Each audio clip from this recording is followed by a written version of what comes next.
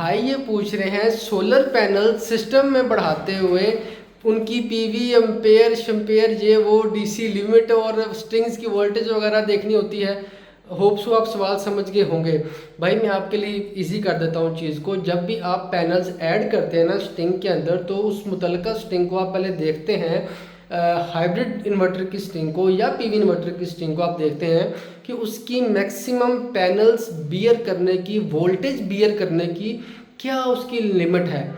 अब जैसे मेरे पीछे जो इन्वर्टर लगा है ये IP66 का इन्वर्टर है। इसकी एक स्ट्रिंग जो बियर करने की कैपेसिटी है वो अराउंड 500 वोल्ट की या 550 वोल्ट की, यानी इस पे आप 10 से 11 पैनल्स अटैच कर सकते हैं। सोलर पैनल 650 वाट वाले मैंने तो अटैच किए हुए हैं एक स्ट्रिंग पे। ऐसे ही जो उससे नीचे जाते जाएंगे वो पीवी रिड्यूस, उसका वो वोल्टेज रिड्यूस होता जाएगा। मेन फैक्टर हमने वोल्टेज को देखना होता है कि हर स्ट्रिंग का वोल्टेज अफोर्ड करने की जो कैपेसिटी है, वोल्टेज बेयरिंग कैपेसिटी, वो क्या है। मल्टीपल इन्वर्टर्स की मल्टीपल होती है, तो उस हिसाब से फिर आप पैनल्स ऐड करते हैं। अगर किसी इन्वर्टर की स्ट्रिंग पे उसकी वोल्टेज से ज़्यादा पैनल ऐड कर देंगे तो वो फिर बार बार ट्रिप करेगा, या एक स्टेज खुदा न खास्ता ऐसी आ सकती है कि वो सिस्टम का सर्किट शॉर्ट हो जाए।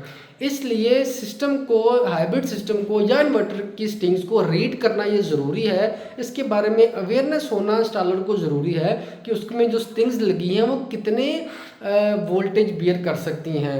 अगर एक पैनल का वोल्ट 40 वोल्ट का है तो वो जाहिर ही बात है, वो 6 पैनल हो गए 40 रुपये 6 जो तो 40 वोल्ट हो गए, 12 पैनल हो जाएंगे तो वो तकरीबन अराउंड 500 वोल्ट बन जाएगा। तो अगर वो 12 पैनल एक स्ट्रिंग पर लगा देगा और वो तो बन जाएगा 500 वोल्ट, स्ट्रिंग की 400 वोल्ट की होगी तो सिस्टम तो बार बार ट्रिप करेगा या खुदा न खासा शॉर्ट सर्किट हो सकता है। इसलिए उसके वोल्टेज को देखना ईच स्ट्रिंग पे ज़रूरी है। उम्मीद है कि आपको मेरी बात से कोई क्लू ज़रूर मिला होगा अपनी सिस्टम की इंस्टॉलेशन के लिए। मकसद है आसानी पैदा करना और अथेंटिसिटी क्रिएट करना मार्केट में। अल्लाह हम सब के लिए आसानी वाला मामला करे। अस्सलाम वालेकुम रहमतुल्लाह।